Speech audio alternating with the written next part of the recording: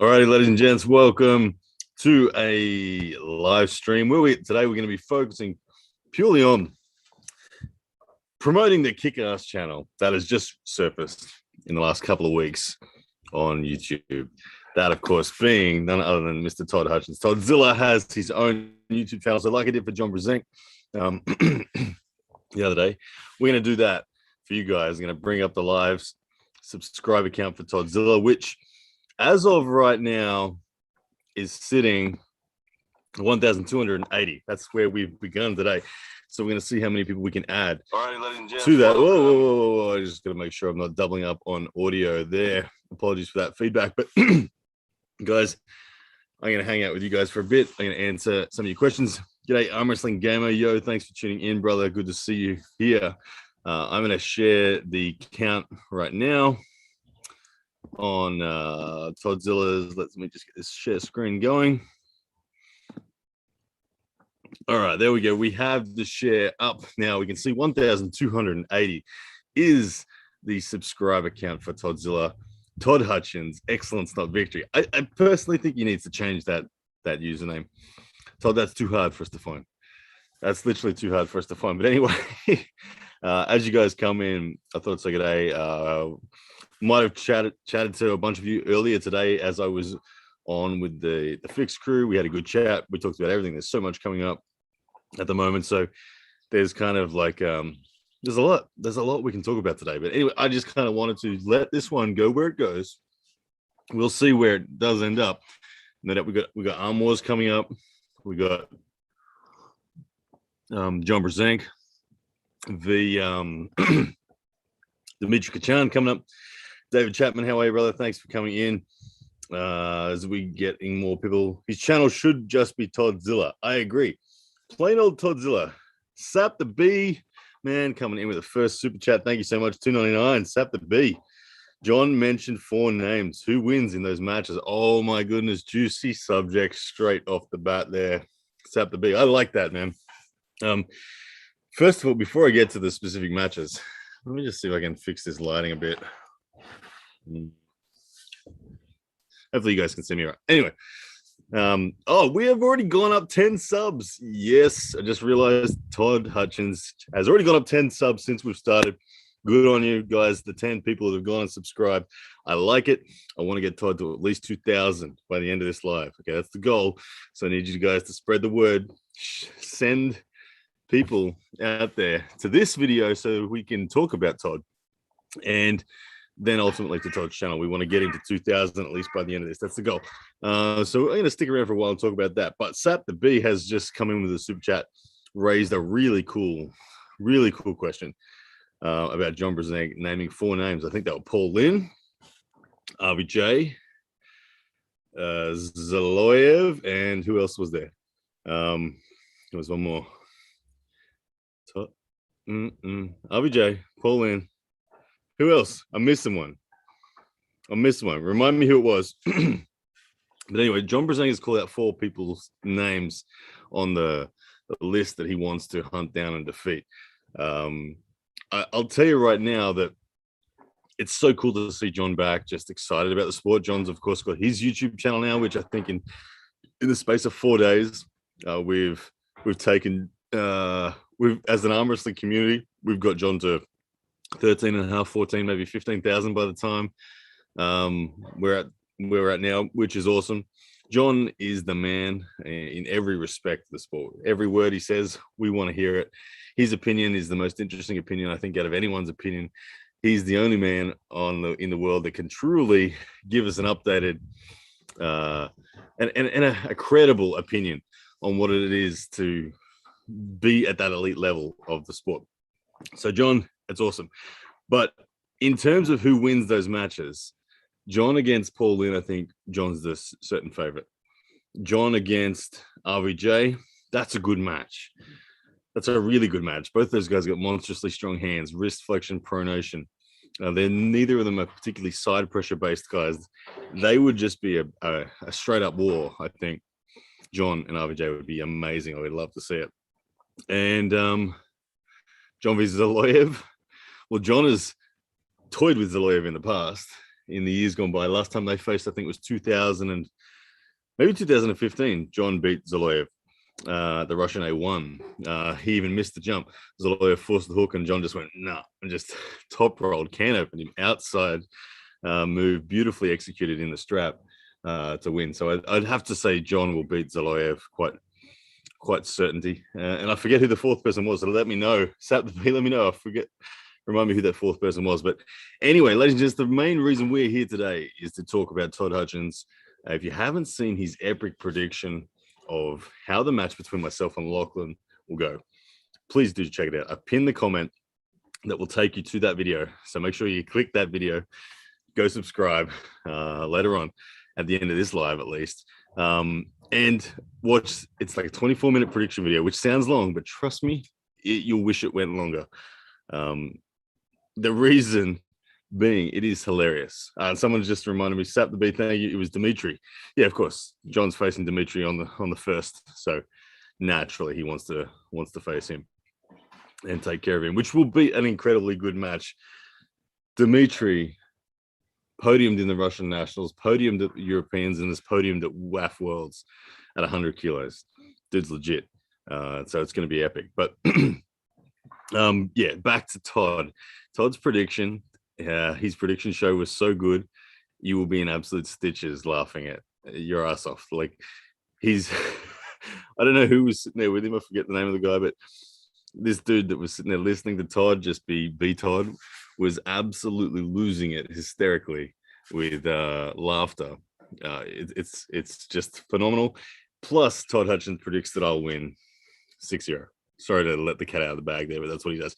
But yeah, it is an absolute must watch. All right. So let's have a look at what else is going on here in the comments. Ryan, a video on slipping would be greatly appreciated. Don't have hardly any videos to watch about slipping and how to do so with certain length arm styles. Thanks for the content, brother. From Riley Newfield. No worries, man. That's an interesting topic. I'll be honest, I haven't seen a video on slipping either. And the main reason for that is probably because the art of slipping is really the art of not slipping. And what I mean by that is to slip should never be the intent that your opponent feels in you. As soon as your opponent senses that you're trying to slip, it becomes easier for them to prevent you from slipping. Genuine threat, genuine outside threat is usually the easiest method of slipping. You must have genuine outside threat. If you have genuine outside threat and they hold on to you, just keep going and bit them. If you have genuine outside threat, usually, though, if you're in the strength realm of your opponent, that will scare them from holding on to you, and they will come up top with you and start genuinely threatening you back. Now, two people genuinely threatening each other up top will slip naturally. But if you exhibit and show that you're scared to actually put genuine effort in, you're going to get pinned. And then there's inside slipping. Same thing. You need to show genuine threat inside to get them lifting. If you're going to flop slip, Dallas Langston should be listening to this, by the way. Dallas, you're the worst slipper I've ever seen out of elite arm wrestlers in America. Terrible. Oh, and look, we've just got the update. We are at 1,300 subs now on Todzilla's channel. Good stuff. We've added 20 subs so far to Todd's channel today, which is awesome. Good stuff. Keep it going. We want to get this to 2,000. We need to spread the word. So in terms of slipping underneath, again, Dallas Langston, please pay attention to this. If you exhibit to your opponent that you intend on slipping and you show no genuine threat, none outside, none inside, your opponent will walk all over you, just like BLM did in the later rounds against Dallas Langston, just like everyone does against Dallas Langston. Okay, sorry, Dallas, but you're awful at slipping. Underhand slipping, the key to underhand slipping is genuine threat. Again, you have to make your opponent genuinely shit scared that you're going to hook them to the pad for victory. You know in your mind you can't, right? You know that you can't. So what you do is you have to at least make your opponent feel like you can. So you set up, you posture genuinely to hook. And at ready go, you actually do genuinely try to hook someone. You supinate, you drive hard, you bend your wrist as hard as you can, and you have to be able to put enough genuine thread in them that your opponent doesn't go sideways, but instead backwards. If you have genuine threat, you're going to scare someone into rising. As soon as you can feel them rising, just relax your fingers, push through, slip. Okay, you can't do that, relax your fingers, push through, slip, if your opponent's force is going sideways. You must have enough genuine threat to make your opponent's force go up. And you only need a quarter of a second of them doing that up. As soon as you feel the up pressure, whoop, out you go. So there we go. That's generally how to outside and inside slip. Great question, though. And I'll probably make a specific video on it later, but thank you for the good good subject. Sat the B coming in once again with another super chat. Thank you, brother. You're the man. Says, does the Todd versus RBJ session worry you? Todd seemed extremely comfortable in a hook, and Sasha will be hard to top roll over 6 rounds and great at slipping. Sat the B. I haven't watched the full session, but I have looked at very small parts of it. The thing I would say about that is that I do believe that Rob was not, he wasn't, I wouldn't say he wasn't trying, but he wasn't trying, if you know what I mean. Rob was feeling things. Rob was mapping pathways, mapping positions of contact relative to Todd. Like, okay, if I'm here, what is that going to feel like? If I'm here, what is that going to feel like? He wasn't digging in and putting his connective tissue on the line. He's close enough to the match with Sasha where he's past doing that. So you were never going to see Todd, or never going to see RBJ, sorry, really making anything significant in terms of risking elbow connective flare-ups and things like that. So no, it doesn't. I don't get concerned at all. Rob will be a totally different beast come ready to go against Sasha. I'm not saying Rob will win, but I'm saying he'll be a totally different beast against Sasha. He doesn't want to end up in a hook. Sasha Andreev in a hook will be a real problem for Rob. I believe that because Sasha is so short. When you measure the elbow to wrist of Sasha, I think it's less than 10 inches, which is really crazy. Less than 10 inches, where Rob would be like 12 and a half inches, or at least 12 inches. And to be honest, I'm just looking at, sorry, reading some comments. I thought my audio had gone, but all good. Yeah, so if Rob ends up in a hook with Sasha, okay, biomechanically, he's going to have his forearm at a lower angle simply because his arm is longer. Now, that presents a problem for RBJ. That really makes it difficult for him to impart side pressure. It makes it difficult for him to protect center because his arm's not going to be as vertical. The person with a more vertical arm is going to be able to protect center more. And he will be able to achieve defensive stops, but he will not be able to pin in a hook through that natural pin arc, because the pin arc is going to be derailed by the shape and size of the length of Sasha Andreev's arm. For Rob to do that would be crazy. You won't see Rob, unless he has totally won the match already, diving into a hook. That would be really crazy on his behalf. Now, Sasha Andreev, of course, it's the exact opposite of him. Sasha Andreev needs it to get into that lane to be able to really get a pin. Sasha Andreev is not going to be top rolling from Vigin. He's not going to be making it about a hand battle. And it would be crazy for Sasha Andreev to do that. So I do think that what we saw from Rob against Todd was Rob simply mapping his arm, because Todd has I guess, the most similar strength distribution and arm length as Sasha. So he's the best replica, without a doubt. But yeah, Todd looked fine in a hook, but Rob wasn't trying. So I'm not worried at all. But great question, Sat. We really do appreciate that question. And the $7.99 super chat. You are the man, brother. Thank you so much for that. All right. I reckon we need another update on this Todd Hutchins. You can see, so it seems like this subscriber count is updating every 10 subs that come in, we seem to be jumping up. So far we have added 20 subs to Todd Hutchins' YouTube channel, which, as you can see, it's titled Toddzilla Hutchins Excellence Not Victory. I promise you, message Todd after this, say, dude, change the name of your YouTube channel, please. Just simply Toddzilla. We don't need anything more than that. I know he loves the whole excellence not victory thing, but let's just change it to Toddzilla, because no one wants to write in all that. I don't want to write in. It's terrible. Anyway, we need to get him to 2,000 subs. So start spreading the word about it. We're at 1,300 today. So far, we've added 20 subs to Toddzilla since we started this one. But yeah, guys, hit me up with any questions you've got between on any topic. I'm going to be here for a while, so hit me up. Away we go.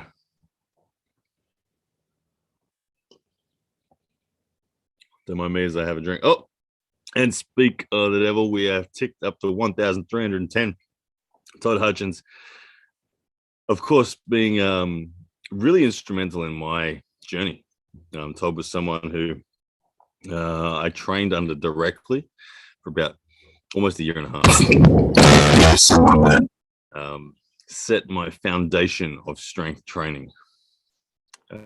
Things like 1RM days, speed days, volume days, my auxiliary support bodybuilding sort of routine that went with it. It was all directed by John. All directed by Todd. And I can certainly credit Todd for teaching me the principles of strength. I liked the reason I chose to engage with Todd was at that stage of my arm wrestling journey, had the opportunities to really train extensively with Devin, to train extensively with John, to pick the minds of Travis. I didn't get to train with Travis that much, but I spent enough time with Travis that I really understood what it was to be an arm wrestler who approached the sport his way. And I had what I thought was a really complete picture in my mind of how I could become the best arm wrestler I could be. And my goal then was to say, well, all right, I need to get strong.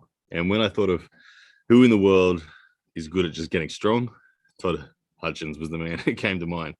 So I naturally engaged with him, and he very willingly helped set me up, came to Australia, put the program in place, did some stuff with me, answered all my questions, and watched my numbers, guided my numbers. And he did say to me, he said, I'm going to make you stronger than I am. And I'm like, good. That's what I want. So I have gone past Todd in some of his lifts, not all of them.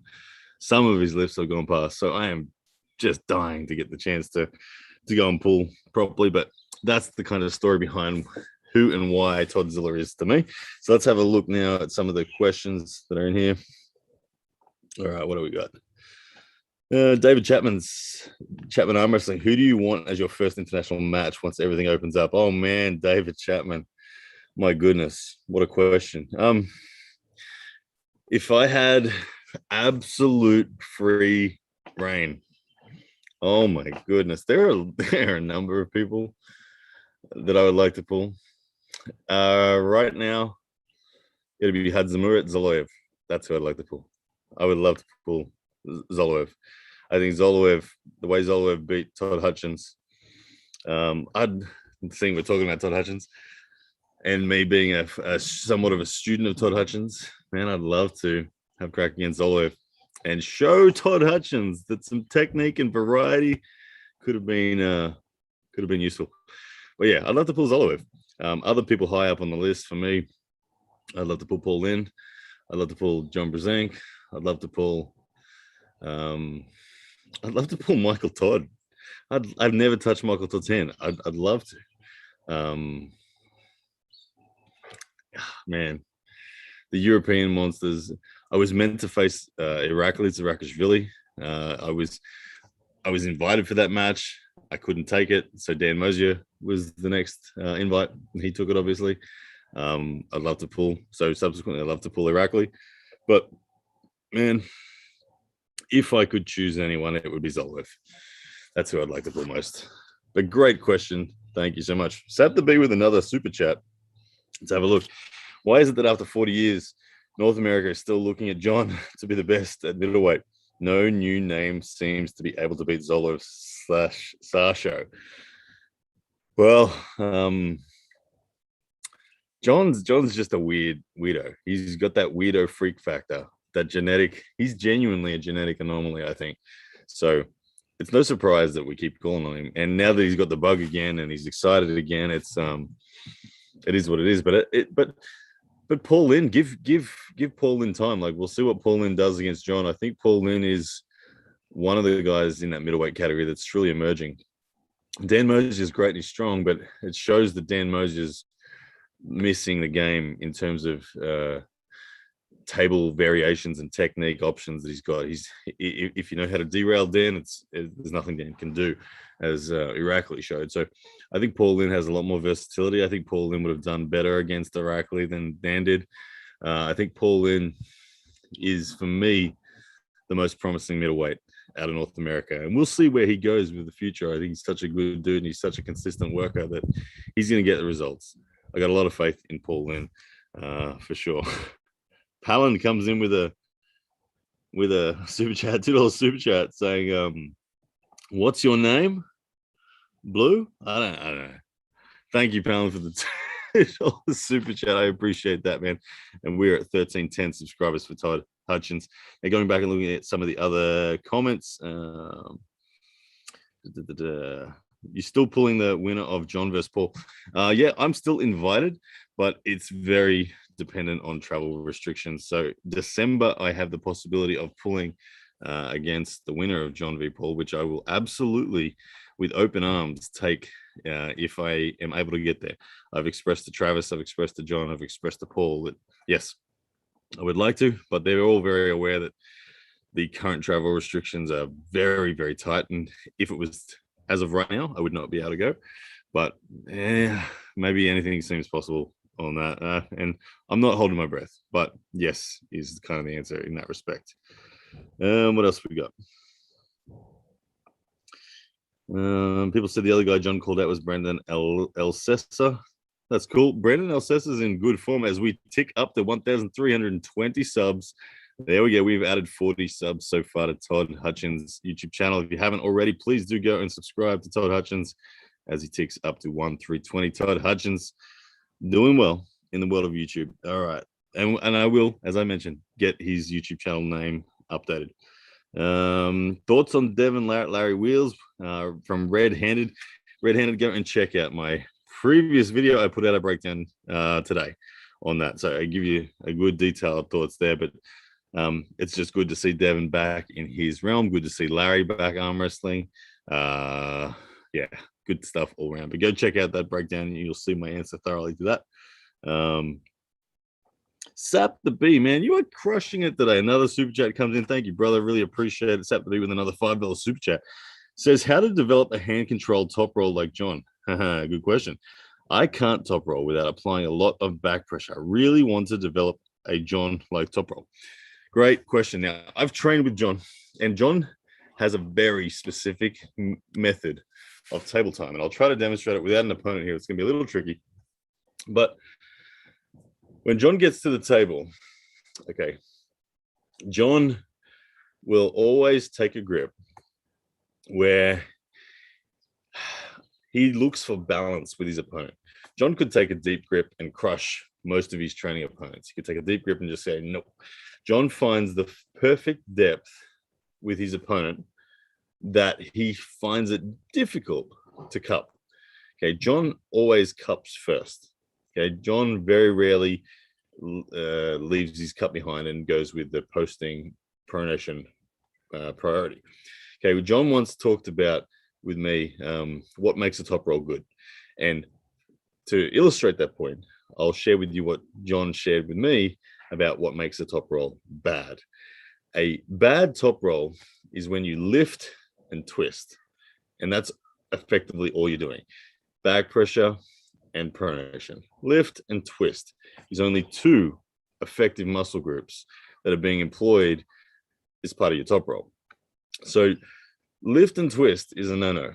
Okay, John said to me, the best way to learn to top roll is to start from a hook.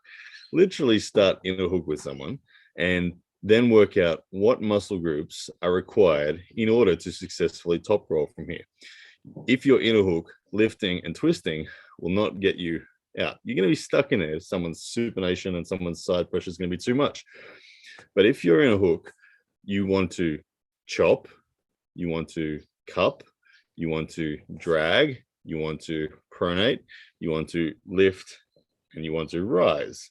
Okay, so again, you want to chop, you want to cup, you want to drag, you want to pronate, you want to lift, you want to rise, and you want to do that all as one. Ultimately, you don't want that to be broken down. So when you are training to develop a John-like top roll, recognize first of all, and the reason why John says do that, starting the cup, is to teach you the value and the importance of holding on. John holds on. Okay, most people are too afraid to hold on. People who get stuck in the lifting twisting are scared to hold on to their opponent, whether they're a hooker or a top roller or whatever. People who lift and twist, it's an insurance policy because they're scared to hold on. Okay, take the losses, especially in training, for goodness sake. Take the losses, hold on, and try to top roll without letting the fingers of your hand slip off at all. Don't ever drag so hard that your fingers are slipping off the back of the wrist of your opponent. Only ever drag as hard as you can that your fingers stay in contact with your opponent's wrist. When you do that, you back your hand, you trust your hand, you feel intimidating to your opponent, and you'll probably win the damn hand control. Just trust it. Trust your hand, drag back, add the chop, add the cup, add the rise, add the pronation, add everything that I just mentioned before. Drag hard, trust your hand. And if you can't get through, take the loss. That is how you develop a John Brzenk style top roll. I hope that answered the question, but great question. Thank you so much, Sap the Beat, for that $5 super chat. Really appreciate it. All right. Let's go back and have a look. Thank you to everyone so far who has subbed to Todd's channel. We've taken it up 40 subscribers so far since being on this live video. All right, let's have a look. Just go back at some of the other comments, seeing what we got there. Josh Almighty's off the bed. Good night, Josh. I might have already missed you. You're probably asleep already, but good stuff.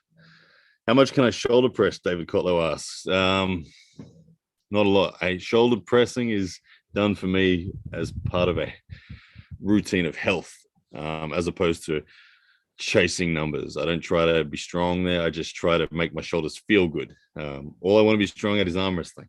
So I don't know. I just genuinely don't know. Wouldn't be much. Jonathan says he subbed to Johnny Boy. Good on you, Jonathan. Hope you subbed to Toddzilla too. Jake Palmer, get on Test Blue. Good one, mate. David Kotlow, if I wanted to beat Blue Bone in an arm wrestling, what technique would I use? Ooh, you wanted to beat me in an arm wrestle, David Kotlow. Man, that's a tough. In terms of technique, oh man, there is none. No. King's move doesn't work against me. Flop press doesn't work against me. I don't think there's any style that works against me. There is no weakness. There's no one technical vulnerability that I have. I've worked so hard at blocking every single style that comes at me. I have never faced in competition a genuine King's mover. Never a genuine, not in competition. I pulled with Bob Brown. He's a genuine King's mover. And when I pulled with Bob Brown, he was like, oh man, he couldn't believe how well I technically countered his King's move. He quite literally said to me, dude, I've never felt anyone counter me like that. And we broke down how I was countering him, and he developed adjustments to my counter. I've pulled plenty of floppers and everything in between. So my biggest thing about this sport for me was deciding to be an all-rounder. As we tick up to 1,330 subs on Todd's, that's 50 subs we have added to Todd Hutchins. Well done, YouTube. I appreciate you guys helping out Todd Hutchins' channel. Thank you very much. Back to David Kotlow's question. Yeah, I consider myself a medium-sized puller. I'm not tall, I'm not short, my hand's not big, it's not small. And therefore, I said to myself, well, there are going to be all sorts of different shapes and sizes that I'm going to come up against. I'm going to need to have the technical variations to be able to handle all of them. I hate the idea of having one ace. And the reason I hate that is Aces are dependent upon biomechanical advantages relative to your opponent. Unless you're a Vitaly Laletin and simply taller than everyone, or you're a Sasha Andreev and simply shorter than everyone, or a Rob Vigent with a hand bigger than everyone, like unless you are the guy who has the extreme 1% sort of anatomy in any way, shape, or form, then you're going to eventually, sooner or later, come up against someone in a match where your ace is no longer a biomechanical good option. And I hate the idea of losing to someone weaker than me, but you will lose to someone weaker than you if you use the wrong technique. You simply will. You're inviting a loss to someone weaker than you if you're going to just be hard-headed, use the same shape, regardless of the shape that they present to you.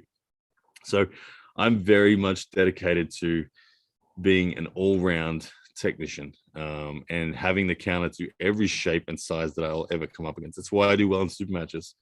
It's because I can analyze people's shapes and say, okay, here's what they're vulnerable to. Let's use that tool today. To use a Devin Larratt term, arm wrestling is more about taking your opponent where they are weak than it is about going where you are strong. So that is the philosophy that I 100% live by. And David Kotlow has come in with a super chat. If arm wrestling had belts, blue would be a triple black belt. He understands every detail of the sport. Man, I really appreciate that. Thank you so much, David Kotlow. Mastery of the sport for me is really, it's my biggest priority. I do believe that it is more important than strength. That's a great debate to have with anyone. At the same time as I do acknowledge that two people with equal technique, the stronger person will win. But also two people of equal strength, the better technician will win. The thing is, I think the technician rabbit hole goes deeper than the strength rabbit hole. I think strength is the easy part. Strength is the inevitable thing that happens with time and consistency and patience. If you arm wrestle every day of your life for 20 years, you're going to be strong. You're going to be conditioned. You just will be. That's inevitable. But if you arm wrestle every day for 20 years, there's no guarantee that you're not still a basic arm wrestler. The curse of strength is a real thing. To come into the sport strong means you stay using broad brushstrokes, and that's a bad thing, because when up against someone who's equally as strong who uses finer brushstrokes, you'll be dismantled.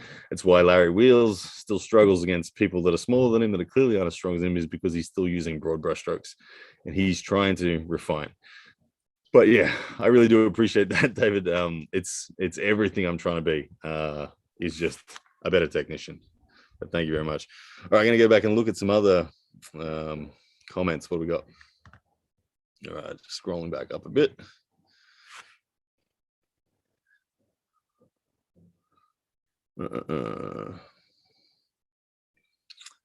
Dylan White asked, how do I feel about the vax? Yeah, I'm not getting the vax. That's one of the reasons why I am stuck here in Australia. What do you think about, what do you think your opinion has, sorry, who do you think in your opinion has the best chance to take down Devin, Michael, or Vitaly? Oh, sorry, to take Levin down. Okay, so Levin. Blake asks, who do I think has the best ability to take Levin down? Devin, Michael, or Vitaly? You have to say right now it's Vitaly, because Vitaly has felt Levin. He knows where he's got to add pressure. He knows what adjustments he needs to make. So Vitaly, with that data on Levin, certainly has the best opportunity. After that, Devin and Michael, I think they're both equally as difficult for Levin. Levin's a heavy favorite for both of those guys, but honestly, they have different weapons. Sabin Badalescu is the last man to defeat Levin, and Michael Todd is a better open arm top roller / Kings mover than Sabin Badalescu is, even though Sabin is probably the second best in the world at that move. Michael's the number one at that move. So Levin wants the match with all three of those guys. I think Levin is the favorite in on the match with all three of those guys. I think Michael would have difficulties just getting to the strap, but I think he'd probably get to the strap. And I think if he did get to the strap, if Michael's riser survived, Michael would be in the match. If Michael's riser doesn't survive, he's out of the match. Pretty simple. And I think, would Levin take Michael's riser? I think so.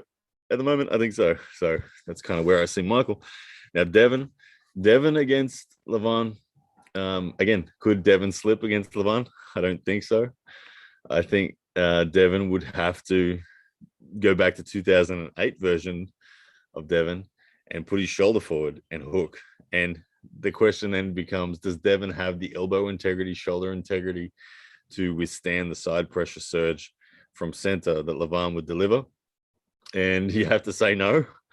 You have to say current version of Devin no. But there is a number. There is a number. As we saw in the Doctor Strange Devin Larratt series, there's a 1 in 14,605,000, I think, occurrences where Devin can get that stop. And that stop is possible if Devin's anatomy is big enough. And I think Devin actually wants to have a go at it. I think he wants to try to get to that level.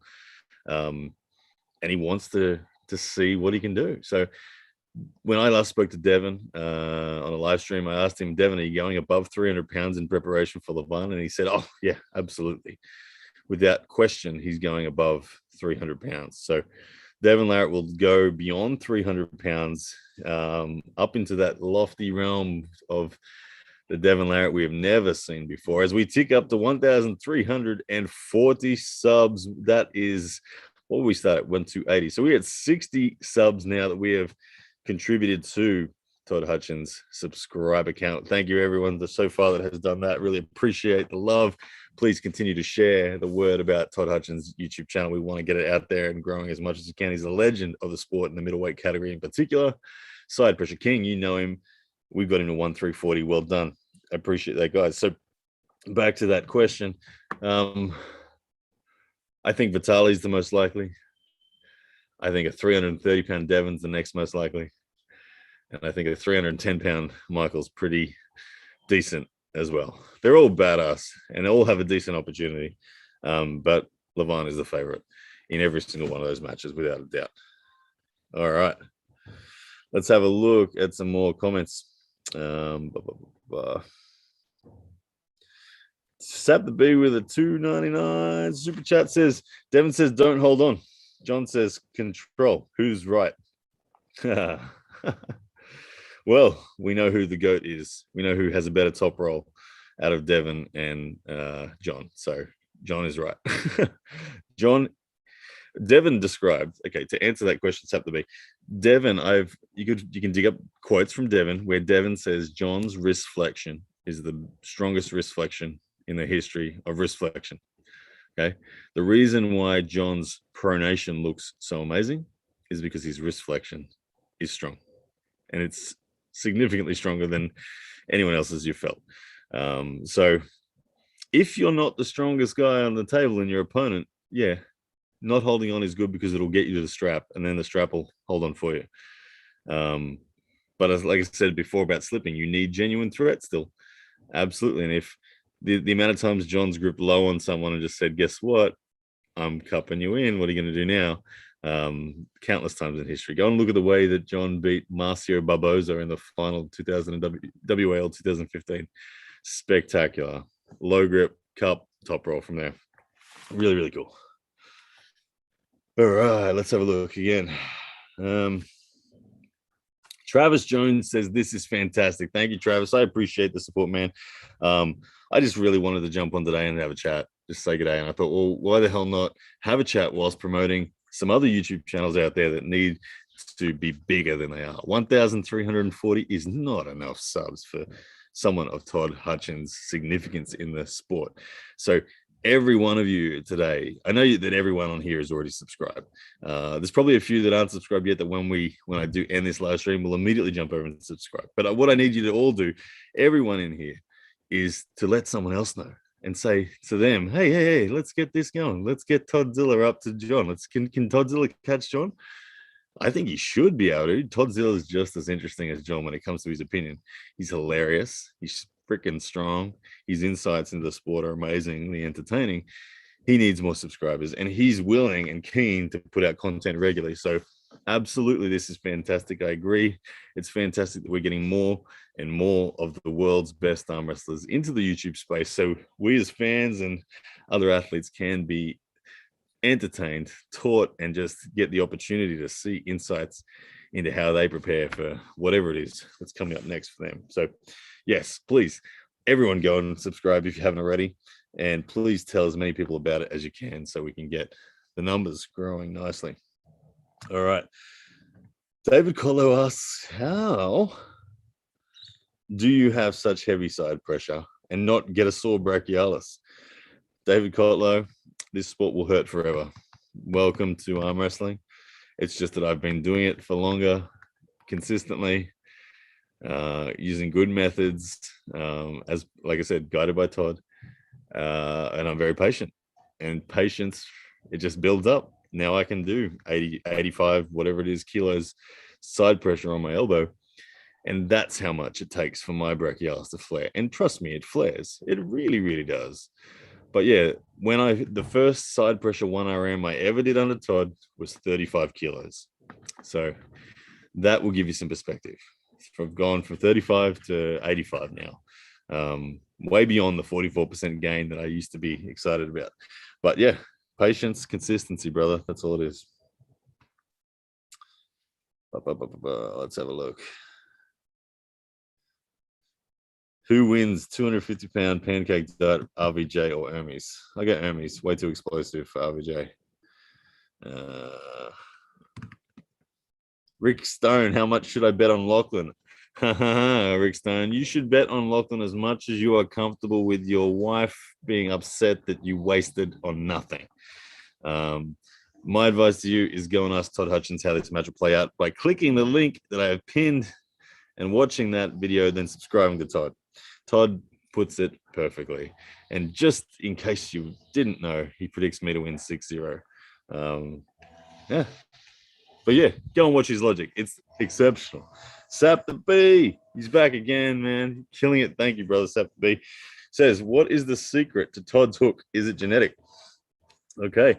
This is turning into a real technical session today as we tick up to 1,350 subs on Todd Hutchins. That's 70 subscribers we've added to him during this live video. Thank you once again to everyone who is going over to Todd Hutchins' channel and subscribing. Let's talk about that question from Sap B and what makes Todd Hutchins' hook so brutal. Is there a secret? Okay, there's not really a secret, but the first thing we have to analyze when asking ourselves what is it that makes Todd's hook so amazing is we have to look at the shape of Todd. We have to measure his elbow to wrist, and we have to measure his wrist to fingertip. And we have to measure the length of his fingers, the width of his hand. Okay, I'll let you in on a little secret. When I prepare for a super match, every single opponent that I ever prepare for, whether they know it or not, I do my research and I find out the length of their elbow, their hand, their fingers, and the width of their palm. And I compare that to mine. And then from that information, that helps guide me towards what strategy I will use when I inevitably face them. Now, Todd Hutchins has a 10-inch elbow to wrist, okay? And then Todd Hutchins, I believe, has, from memory, it's been a while, I think it was a 7.8 or something like that length hand, okay? So he's got a small arm and a reasonably small hand. So straight away, that talks about what is going on. His palm's not huge, but his fingers are immensely strong. Todd Hutchins' biomechanics, and the reason his hook is so strong, is first and foremost, his fingers are the first thing an opponent of Todd Hutchins will ever notice. When you gripped up with Todd Hutchins, he doesn't feel intimidating in a wrist flexion sense. He doesn't feel intimidating on a back pressure sense. He doesn't even feel intimidating at center on a side pressure sense. What Todd will intimidate you with is these things. He will go, and your ability to rise feels like it's dead in the water. Todd Hutchins it takes about 80 kilos of direct back pressure to make his fingers move. Not just stretch, but move at all. Unless you can put 80 kilos in direct back pressure, his fingers will stay exactly there. Now, imagine what that feels like. You're hitting a dead end. And so Todd will, if Todd's worried about a top roller, he will actually only show in the setup maybe 50, 60 kilos worth of pressure. And he'll make that top roller think, oh yeah, there's a way through. There's a way through. Don't move, ready, go. And instead of the 60 kilos, he goes, guess what? It's 80. And he clamps you down. Your pronation collapses. Your back pressure falls apart. You've got no defense against side pressure. And he hooks you and puts you in the bin. That's one side of things. The other side of things is how he deals with other hookers. Again, his arm, elbow to wrist, is only 10 inches. That means it's short. Now, if we draw, imagine, how am I going to do this? I need a whiteboard for this, but okay, but I'm going to illustrate it just in the air. Okay, we're going to in the air. Okay, so a short person has a pin arc like this. Okay, a tall person has a pin arc like this. Okay, for a tall person to pin, so the tall person is like this. For the tall person to pin the short person, okay, if their fingers in the hook are secure and not being lengthened and opened, which remember, for 80 kilos is what's going to take, you're not going to do it. So especially in the strap, you're not going to do it. If you are anchored to the wrist of Todd Hutchins and you have a longer arm than him, as we tick up the 1,360, good stuff. Congratulations, Todd, and everyone supporting him. Well done. As you try to pin Todd inside a hook, if your arm is longer than his, okay, it's your shape is going to have to suddenly go down at the end. It can't stay in its natural groove. And as you are in your natural groove, then you get to about this point of the arc, and all of a sudden, no longer in your natural groove. That natural groove being derailed because you can't affect these fingers causes a redistribution of effort in your shoulder, and it goes from being nice and controlled in your pec to high up in your shoulder, and it exposes your external rotators, okay? And that is why no one can pin Todd. It's not because Todd has any superhuman strength. He's human. He really is. He's not that strong. It's just that he's perfectly strong given the genetic shape of the tool sets that he's using. So when he stops you, he's derailing your pin arc, okay? He's derailing your pin arc, and that causes your own ability to finish him to fall away. Now, when your pin arc is derailed and you fall away, you usually fall away in one of two methods. You're either trying to top roll and your pronation collapses, and then he just says thank you, or you're in a hook, you can't finish, and your shoulder gasses, because like I said, it goes from pec and bicep to all of a sudden shoulder and rotators. And when it's on your shoulder and rotators, that stuff gasses quickly. That stuff gasses real quickly. And then Todd says, okay, you're gassed. He uses then his pec and shoulders and bicep and pins you, because Todd has been in his lane the whole time. Okay, but the reason, again, coming back to where we began, the reason he can stay in his lane is his fingers are amazing.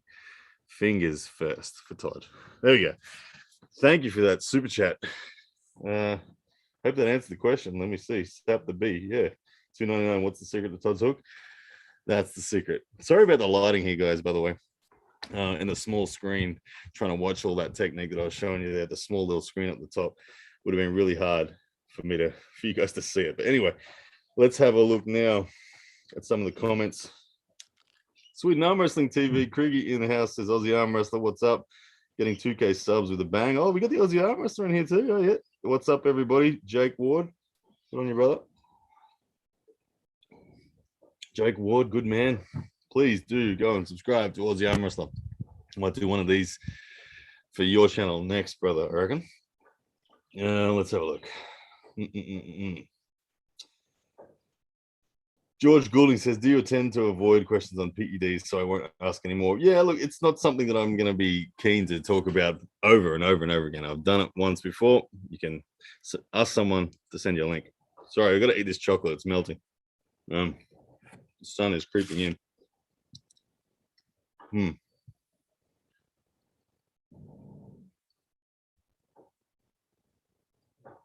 People saying, damn, Todd's smaller than I thought. Yeah, he is. He's short arm.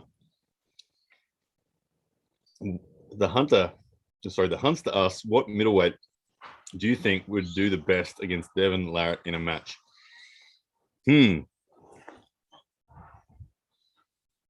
Against Devin Larratt, Yeah, well, Devin Larratt's vulnerabilities are I want to say Devin's slow, which he is, but Devin does protect center very well, which negates his lack of speed.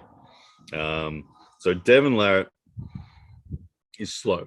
So straight away, I'm looking for someone that can move quickly from center. Okay, if it was someone like Sasha is too small. Devin would statically protect center and just be all up in Sasha's grill. Sasha would never get access to his hook. Devin would win shoulder line. So it's not going to be a short guy like Sasha. Middleweight.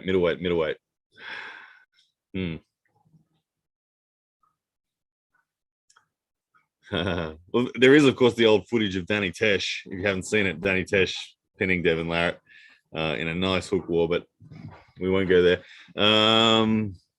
So we want someone fast that's not reliant. They're not too far up the fast spectrum where it's just has to be a flash or nothing else. It's got to be someone that has just enough speed to win shoulder line, but then enough horsepower to actually get a pin.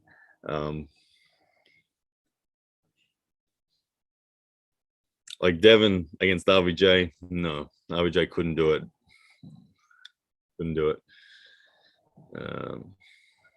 Oh man, it's hard to think of a middleweight that would have a I mean,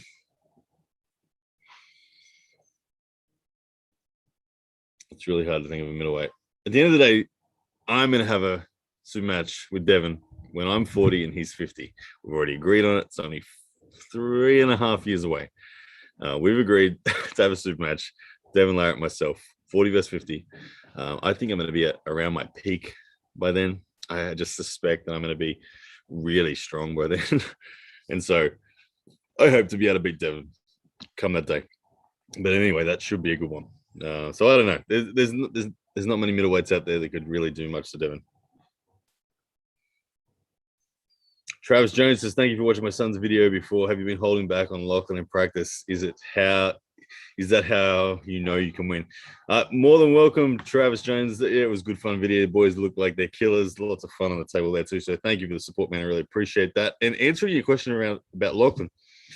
Have you been holding back on Lachlan? No, I don't hold back. I train hard, but I train compromised. And when I say compromised, I'm not being an asshole in my setup. I'm not taking all of the things that fall into the categories of being a technician. I'm just gripping. Lachlan wants to start every match supinated and half cupped. Okay, that's cool. I'll hit from there and I can't do anything. I'll give it my best, genuine from there. I've never held back on effort against Lachlan. But oh my goodness, I don't think Lachlan and I have ever started in training how we will start come the super match. I've had probably 20 or 30 times more competition starts than Lachlan's ever had. I've thought about the technique of this sport a million times more than Lachlan has. My speed is better than Lachlan's. My ability to go to various positions when necessary is just immensely better than Lachlan's. I've felt in Lachlan the exact vulnerabilities that I know need to be exploited in order to beat him. And ultimately, he's just not strong enough to make all those other points that I just mentioned irrelevant. He is stronger than me. We all know that. But he's not strong enough. I will beat Lachlan at air, and it will most likely be 6-0. Okay, 5-1 for sure. 6-0 most likely is my honest opinion. And we've just ticked up to 1,370 subs on Toddzilla. Ladies and gentlemen, thank you very much. We have added 90 subscribers to Todd's channel during this live. I appreciate you guys all doing that. Tell your buddies when we get off this live. Tell your buddies. Now, I got this Cadbury chocolate here. The sun is creeping in on me. It is getting smashed. Guys, I will stick around for a little bit more, and then I'm going to go and do some more work, edit another video. I'm training tonight with the Bayside Krakens group, so I might get to group up with Jordan and a few of the other guys there, so that should be good. I'll crush Jordan tonight. Oh my goodness. I'm not gripping up with Lachlan. If Lachlan turns up, I'm staying away from him. He's not allowed to touch my hand. Not at all.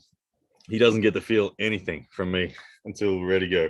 Sap the bee, man. thank you so much for all your support today. Sap the Bee's come in again with another super chat. Really do appreciate it, man. I really genuinely do. Sap the Bee, $7.99. People say that to top roll, you should have long arms and big hands. How could John with an 8-inch hand top roll guys with 9-inch hands like Devin, RVJ, and Musk? Sap, it's all because of what I mentioned before. John's not afraid to hold on. John, his entire life, held on. He lost, but he held on. You know, like I said before, I emphasized it, and I'll emphasize it even more now. Normally, when a top roller is losing, they let go of their cup and they just go with lift and twist, and they try to desperately get out. Their fingers peel off and they end up slipping like this. Try and find footage of John doing that for me. You won't. John running and going, oh no, he doesn't. And he did that.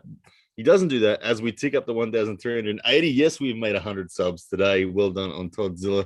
100 subs, good stuff. Thank you, supporters, for going and backing Toddzilla. Back to the point from Sap B. John holds on. He took losses early, holding on. And subsequently, he has just stronger wrist flexion than Devin, than the guys with the big hands. Those big hands that have control like this keep them getting turned that way against John's wrist flexion. John has mega wrist flexion. He's unafraid to hold on, and he has all of the technical adjustments to stay holding on and not to be pinned and not to be disengaged. John is the ultimate wrist flexion arm wrestler there is. Like I said, because of his ultimate wrist flexion, it makes his pronation look amazing as well. That is truly the answer why John's hand is able to be smaller and still top roll. His wrist flexion is gigantic. All righty, I'm going to have one last quick look at these comments. I'll answer one more question, then I'm going to go, guys. We've done the 100 mark on Todd's channel. I really appreciate that from everyone. One last request from me is that everyone who has watched this video, if you're already subscribed, go and convince somebody else to subscribe as well.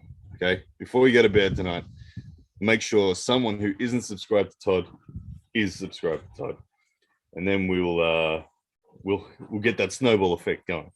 We'll make this a damn multi-level marketing scheme. We're gonna get Todd Hutchins some subscribers. All right, let's have a look for one last question, and then I'm out of here. Travis Jones just said, just go on a sub, be right back. Good man, Travis Jones. I like it. All right. What else we got? Who? Here we go. I like this question. The Hunster. Who wins, Jerry Caderet or Hermes Gasparini? Interesting contrast of styles. Hell yeah, that's an interesting contrast of styles. Hermes Gasparini, the ultimate compact, mega back pressure, great fingers, explosive, boom. But Jerry Caderet doesn't tend to give a rat's about that. He's happy to just say, have my wrist, my shoulder's going to be behind it. So on the ready go, you can expect Hermes to get all of that and be connected back pressure, but Hermes' body will be on the lead side. Hermes won't be like this. It'll be like this. And Jerry, you can expect on the go for his wrist to go back like that, him to supinate, jam his shoulder, and then absorb like this. So even though his hand is outside his shoulder, he's still connected to his shoulder. He's still connected to his tricep. He can still pivot at the hips to drive sideways. So that's where the match goes. I don't know what happens. I honestly don't know what happens. What would determine the match is, does Hermes have too much back pressure to actually separate Jerry from his connection and then subsequently have the side pressure access to win? Or does Jerry, as we tick up to 110 subscribers now for Todd Hutchins, well done, it's 1,390, our new total. Let's get to 1,400 before I go. That would be a nice, neat way to finish the show. So yeah, back to the answer to the question. Does Jerry have enough to drive it in like this and actually stay more connected? If Jerry wins the back pressure once this hand balance has been established, if Jerry wins the back pressure and starts opening up or stressing the fatigue of the bicep of Hermes Gasparini, then Hermes Gasparini will go down. It's actually one of the best possible super matches that I can see in my mind as to how it would go. I think it'd be highly likely to be a war. I don't think anyone would get an easy day in that. And I think it would be one of just the all-time greatest super matches possible. Hermes Gasparini's in fine form at the moment. I saw him doing 18 reps of, what was it, buddy, 82 kilos or something crazy like that. He's looking strong. He's looking amazing. And Jerry's just always ready. Probably the most underestimated super heavyweight in North American arm wrestling is Jerry Carteret. Big believer in Jerry Carteret. All right, guys, I'm going to wrap that one up there. Thank you so much for tuning in. We're at 1,309. Come on, get me to 1,400 before I go. I can't go until I get there. That's where I want to end it. So I need 10 of you right now that aren't subscribed to Toddzilla's channel to go over there and hit the subscribe button. Once I see that tick up to 1,400, I will go and get on with my day, which is going to involve, like I said, probably make one more video. Might do a promotional video of one of the Arm Wars matches. And then I'm going to hit the gym. And then I am going to train tonight with the Bayside Krakens, go kick the ass of Jordan Davis for a little bit, back and forth. Yeah. All right. Let's get us to 1,400. It still hasn't ticked over. I'm going to sit here and you're going to watch me drink my Coke and eat my melted chocolate in the meantime. But, oh my goodness. The sun is creeping in. This table is getting hot. It's going to be a really hot summer here.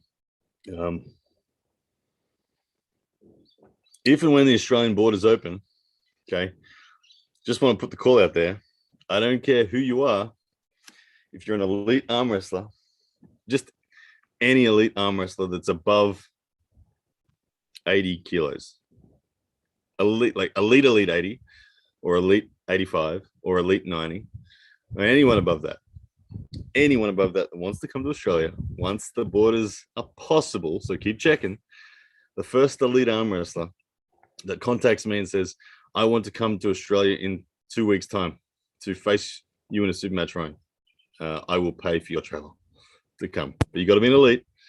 I don't care who you are, where you're from. Anyway, you don't need to be known if you're elite. And if your credibility stacks up as genuinely elite, if I do my research and they say, oh, look at that, he is genuinely, even though I hadn't heard of this guy because he's from Uzbekistan and he's got no social media presence. If you got WAF titles or something like that, I'll consider you elite. But if you're elite and you want to come to Australia, as soon as the borders make it possible, you're welcome, and I'll pay for it. And on that note, there we go. We've achieved it, 1,400 subs for Todd Hutchins. That is a total of 120 new subs that we gave to the channel during this live video. So guys, thank you so much on my behalf, I guess, as part of the community. On Todd's behalf, I don't think he knew that I was going to do this, but anyway, I'll say thanks to you guys on Todd's behalf for the support. Trust me, the content's going to be good on Todd's channel. He's got such a good mind and he's a strong dude and he's just funny as hell. So please, if you haven't watched already, go and check out the prediction video for him that he puts out against for myself against Lachlan. It's pinned in this comment section. But ladies and gentlemen, thank you so much. I'm going to stop the screen share now as we finish up on that one. Oh my goodness, my computer is overheating sitting in the sun. But ladies and gentlemen, I'm going to end it right there. Thank you so much one more time. I will see you after I kick Jordan Davis's ass. See ya.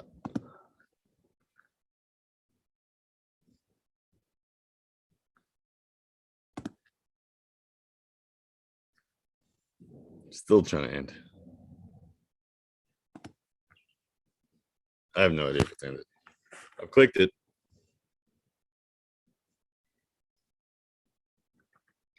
Oh my goodness. It's still going?